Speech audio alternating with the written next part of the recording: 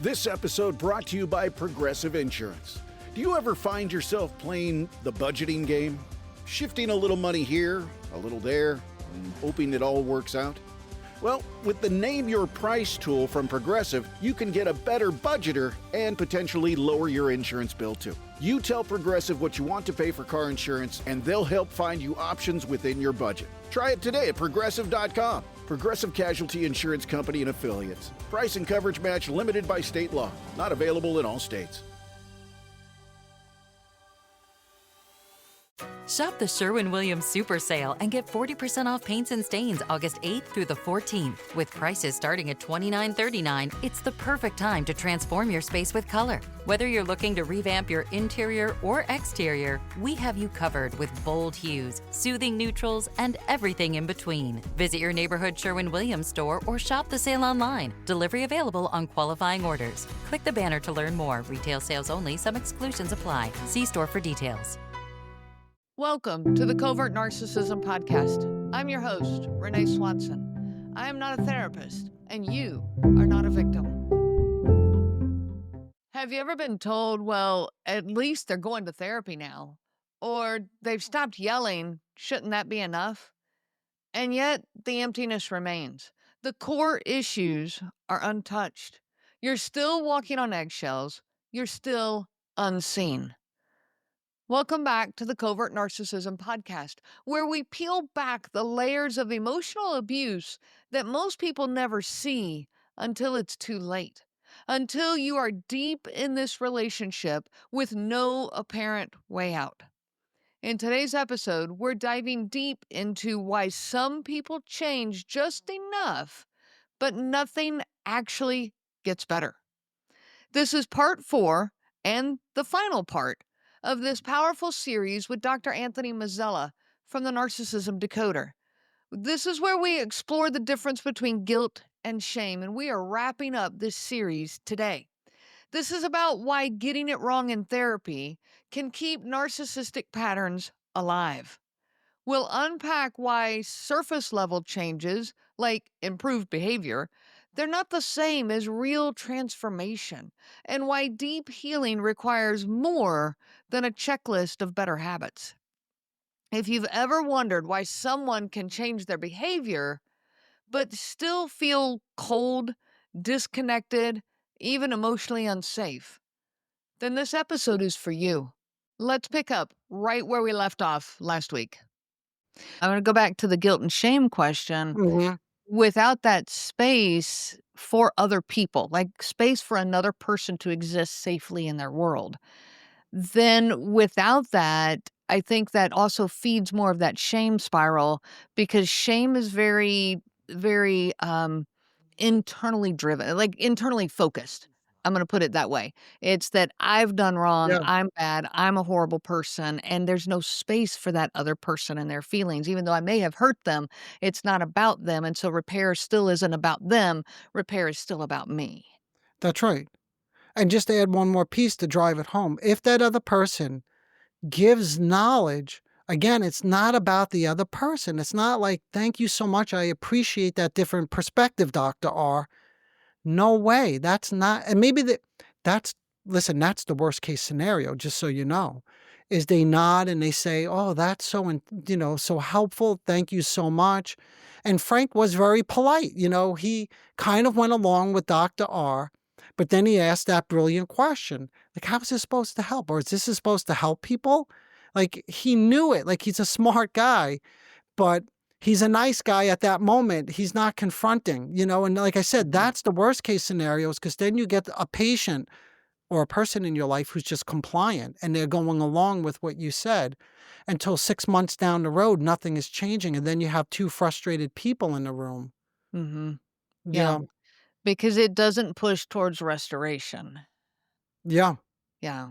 Because Okay. for restoration, you need there has to be, again, I don't want to get too theoretical, but let's just say guilt is a healthy guilt. We established is a developmental achievement, because it implies that there's another person separate from me. There's your space, who has their own thoughts and feelings.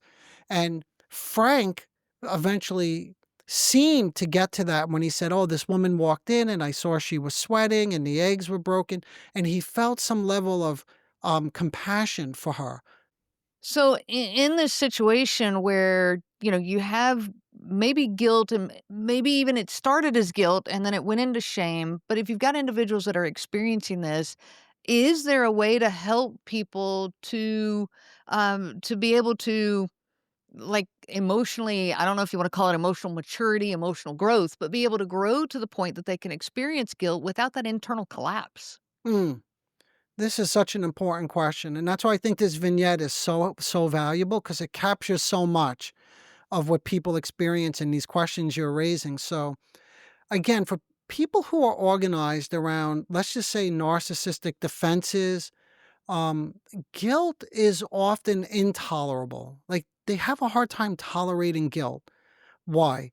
Because it threatens to expose vulnerabilities. Back to what you mentioned earlier, Renee, like with people who are narcissistically vulnerable, they do not have, and we call it vulnerable, but they are not vulnerable. You see, that's the whole Mhm. point, is to protect their vulnerabilities. So, what would somebody like this in this situation be protecting? I care about your feelings, because that's guilt. Remember, there's the empathy. I care about your feelings, and that has to be protected. Why? Why is caring such a problem? Because caring then implies that, again, there's that space that you just mentioned, which means there are now two people in a relationship, unlike a narcissistic relationship where there's just one person. It's all about me. Remember that? So, now there are two people, and if there are two people, there's a chance of what? Disappointment, uncertainty, Mhm. and the Conflict. yeah, conflict, needing someone, coming to depend on somebody, and even healthy dependency is a risk, right? Because they see dependency as so needy and pathetic. There's your shame again. It's shameful to depend on anybody. So Mhm. guilt implies separateness. Guilt implies caring and empathy. And caring and empathy is a threat to somebody, because then they could be vulnerable to being hurt again. And many of these people were hurt very badly in their childhood. And that's why they formed this adaptive system where they don't care as deeply about other people, because that helps protect them from feeling vulnerable. Mhm. So to depend means to feel humiliated and exposed. So there again is your need. I mean your shame. And Frank in this example actually had a need. And we won't even go into all the oral, that like the dependency longings. Remember, it was about food, by the way, which suggests, if we played around with it symbolically, that that has deep meaning to him, being left waiting. But he Mhm. actually had a need, and when anybody expresses a need, there's a possibility that it will go unmet. So that's why so Mhm. many people with narcissism put up this grandiose structure, because in that grandiose structure they're dismissive. I don't need anybody. I'm Mhm. self-sufficient. But here, see, Frank was exposed. So these are some of the reasons it's dangerous. So guilt slides back into shame when there's this feeling of like, I cannot care about somebody else. And then on top of that, to admit, this is another problem, right? That if he says, I hurt you, to the delivery woman, like he admits that, or anybody with narcissistic vulnerabilities admits that they hurt somebody, which is more like guilt, remember, because then you're going to repair it. That's a big problem too, because now if you hurt somebody, Renee, you are flawed. You're bad. You're not perfect. So now your idealized image of yourself begins to collapse, because, your image of yourself is one of what? Flawlessness. Mhm. So there's another reason, like, guilt is very hard for someone with with these characteristics to experience. So we have to help them develop a capacity for guilt. So that would Yeah. be the next step in this. So we could say, I don't know if I answered the question. If not, please let's go over it again. But that guilt is very hard to experience for the reasons I just delineated. And then the goal is to help them develop a capacity to tolerate guilt. Yeah. Yeah, you touched on perfection or talked about being perfect, Yeah, and I do think that that ties in really closely here. That, when we have this image that a image of perfection, yeah, then I can't experience guilt because guilt would mean I've done something wrong, which would buck up against my image, my self-image that I'm perfect. yep, And so instead of being able to experience guilt, I can only experience shame because the shame says I'm not perfect, and if I'm not perfect, then I'm a failure. I'm a total failure. yeah, And it's that extreme, then there's no in between. It's like that black and white thinking. I'm either all good or all bad. that's And right. because people are a mixture of this, but somebody who's narcissistically inclined, they can't handle that mixture. I'm either all good or all bad, and you're either all good or all bad. And Yes. so I think that's part of where this image of perfection, I think, is even though they might say, "Well, I know I'm not perfect," it's still a battle that's going on inside of them. Yeah, it's like an intellectual understanding. They could say that, but their life does not, validate that, like, they don't Right. exemplify that. They're saying it because they know they're supposed to. Exactly, Because yeah, it's, we gotta be humble, so I'm gonna make sure I'm being humble, and I'm gonna be perfect in being humble. yeah. So now Yeah. one thing that as I was listening to you that I may have confused a bit, so let me take one more sort of pass at this.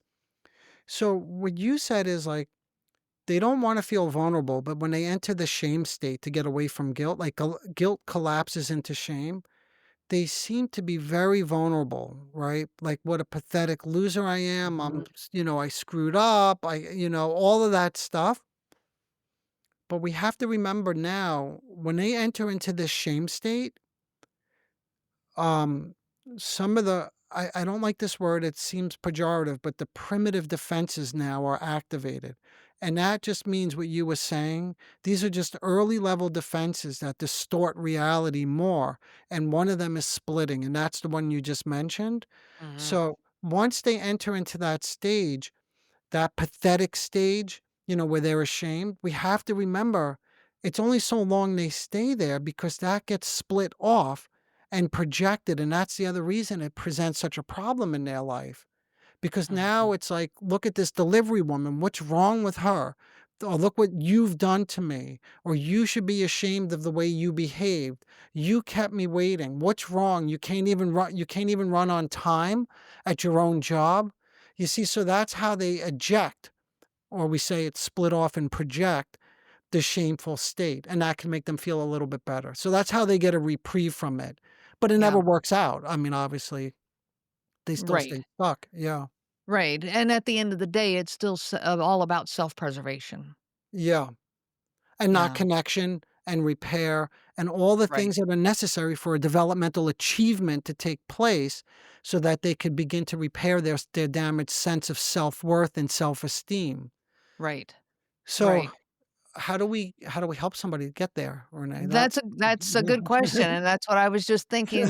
You touched on something a little while ago that I'd love to explore a little bit in the time we have left, and that is if we're talking about guilt and shame, we're trying to distinguish between the 2. If those 2 are getting confused, or if it's mis I'm gonna say diagnosed in a therapeutic situation, mislabeled, okay, as opposed to diagnosed, mislabeled, Yes. that the challenges that mislabel creates is maybe you're treating the wrong thing. Yep. That treating guilt and treating shame, I would imagine, is going to look different. Yes. Can you Very speak to different. that Yeah. for a minute? Yeah, so let's go back to Frank, just so again it's very grounded in this example instead of theoretical. So Frank says, how did I get lucky in that moment? If I could reproduce that, I wouldn't be the piece of shit person that I am. Just a reminder, that he wanted to reproduce was what? Empathy that he felt for the delivery woman. He's saying if I could just reproduce that, but he knows he can't, right? So this reveals how, for some reason, guilt quickly fuses with annihilating shame. At that moment, I might gently point out, and this is how I would work with it, Renee, to help someone begin to tolerate or experience guilt.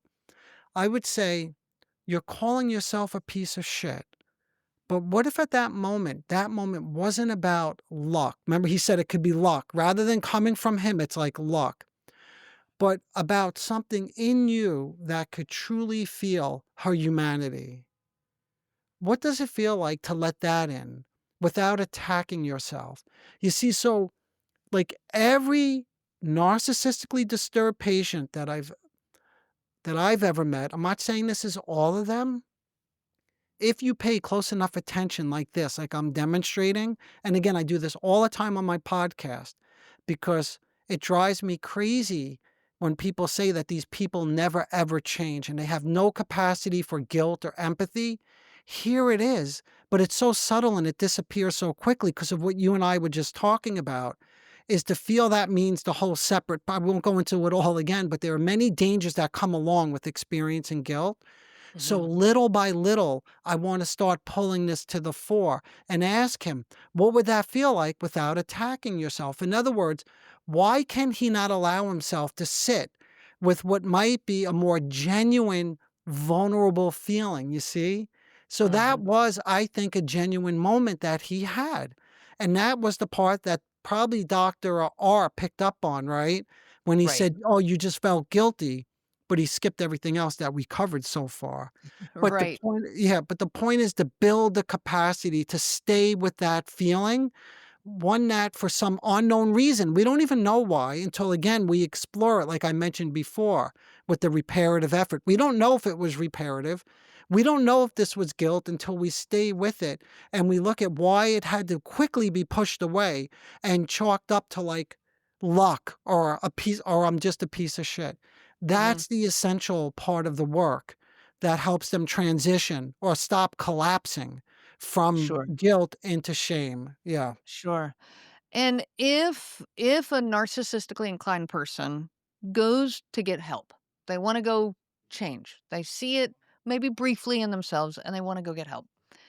But if they go in only trying to repair the external issues, I need to stop talking to my partner this way. I need to make sure I talk in a regular voice and not raise my voice. I need to not throw things in the kitchen. And they're correcting their outward expression of behavior. I could see maybe some of the confusion lying in they are getting treated for guilt, or they are facing, okay, I'm guilty because I did these things, therefore I need to quit doing these things. But Yes. people tell me often, my partner has agreed to go get help and they're going to therapy, they're going to counseling, and some of the behaviors have improved, but the problems are still there. The Interesting. core is still there. Do you know what that means? Like the problems have improved, meaning that they lash out a little bit less? Is that what they Yes. mean? Yes. But the core issue might be something more like what? Do you know? Or can you flush it So out a I little would bit? say that the core issues not being addressed are the underlying shame, self-talk, the negative self-talk, the self-sabotaging behaviors, all of Yeah. that is still there. So while the outward expression might get better because it's like learning a checklist of the behaviors I'm supposed to do, Yes. okay? But it doesn't repair. The Right. repair is missing. It's a big gaping hole. Going back to him offering the lady a drink, Yes. is that repair or was that self-protection still?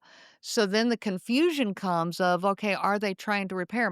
They came home, they're not yelling anymore, they're not throwing things anymore, they're being attentive to going to events that I like to go to, they're letting me go have lunch with my friends, these kind of things. Yeah. But the relationship's not better. That Yeah. there's Oh, Renee, this is so fascinating. So let me just associate to it. Okay. So one thing that I always want to know, like when a patient starts with me and we have a consultation period, yeah, I meet with them a few times so I can make a recommendation in terms of what's going to be best based on what they want to achieve. So if they just want to achieve a little bit more harmony in the home, then this is successful, by the way. There's some improvement here. They're not lashing out. They could tolerate their frustration a little bit more. So things on the surface get better.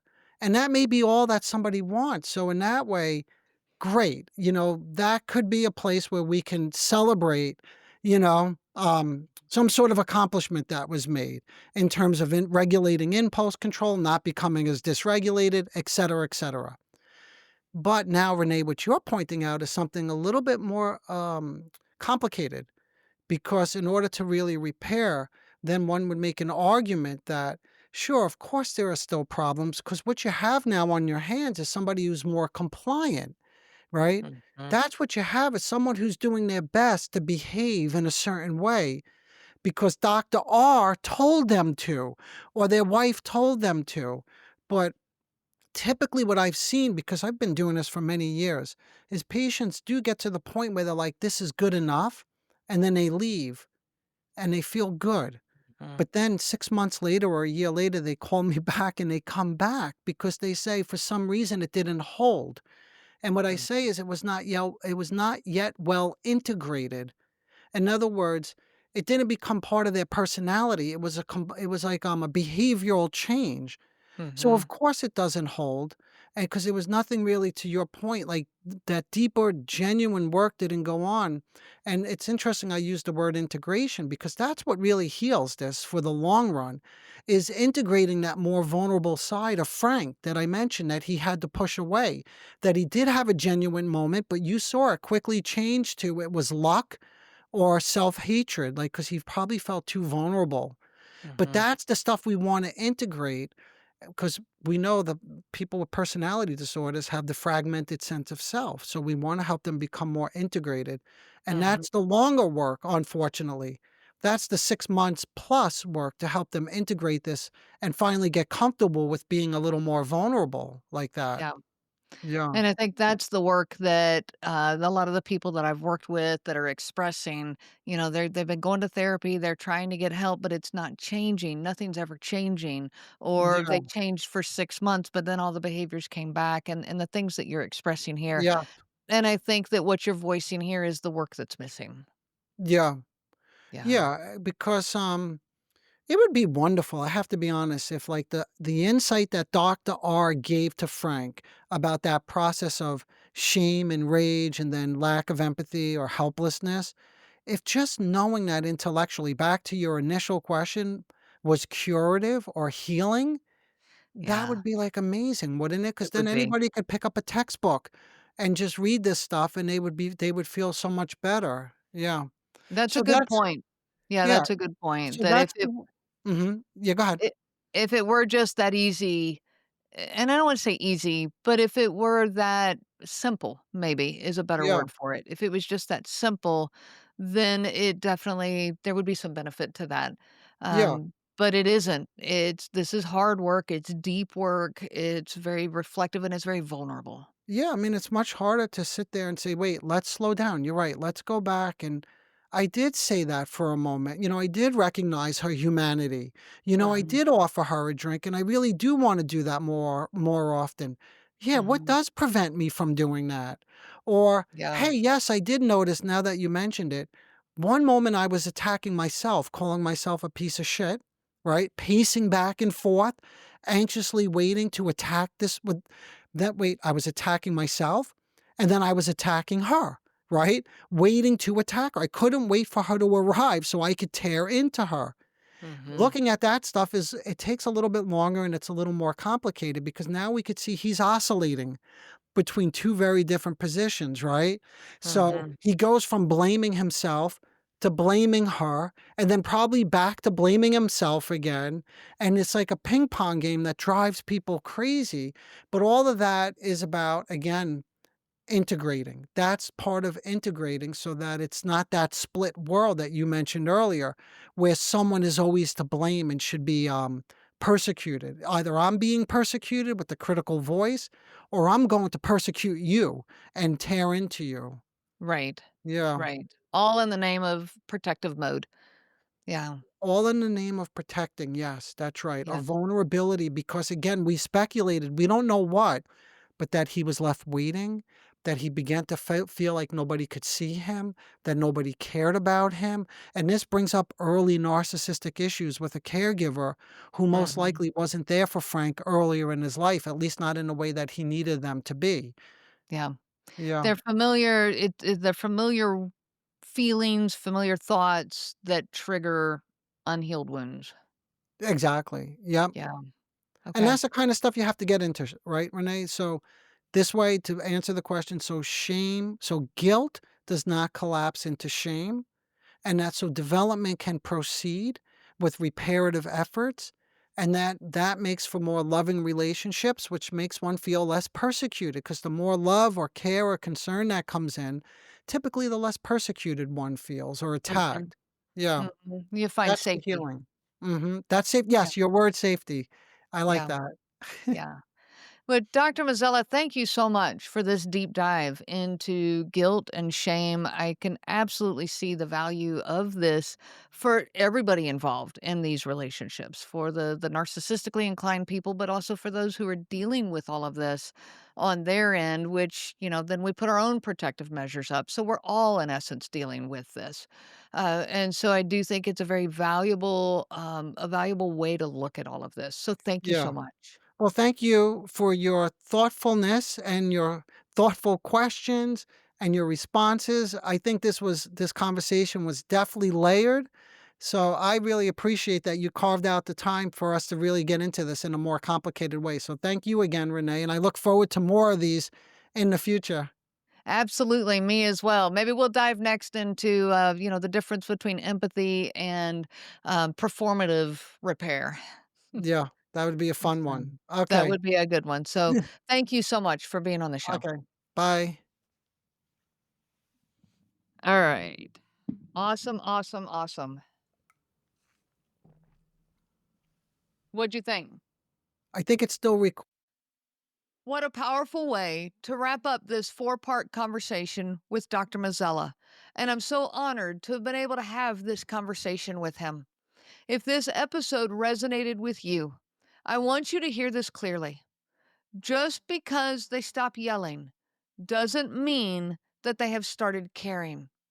Real change involves integrating empathy, vulnerability, and genuine remorse, not just avoiding bad behavior. So if you're in a relationship where things look better on the surface, but they still feel just as painful underneath, you're not crazy and you're not alone. Remember, healing isn't just about behavior modification, it's about internal transformation. And that's work that most covert narcissists are deeply threatened by. If you're looking for guidance on how to untangle yourself from this confusing dynamic, I invite you to check out my coaching services at covertnarcissism.com. And if you found value in this episode, please share it with someone who needs to hear it. Your story matters, your peace matters, and you deserve real change, not performative progress. Until next time, take care of yourself. You're doing the hard, brave work of healing, and I wish you so much peace on that journey of healing. You have been listening to the Covert Narcissism Podcast, where we break apart the insidious nature of these incredibly destructive and infinitely frustrating individuals. If you are caught up in this crazy making relationship and drowning in self doubt, guilt, or rumination, please reach out to me anytime. I offer individualized live coaching in both group and individual settings. We can find the right program for you. You do not need to go through this alone. You can find all of that information on my website at covertnarcissism.com. You can also reach out to me by email at Renee, RENEE, at covertnarcissism.com. I do look forward to hearing from each and every one of you. Remember, I am not a therapist, and you are not a victim. I am a coach, and you are a survivor. The information provided by Renee Swanson, Covert Narcissism Podcast, and CNG Life Coaching is for educational purposes only and is not to be used for diagnosis purposes. It is not intended to be a substitute for clinical care. Please consult a healthcare provider for guidance specific to your case.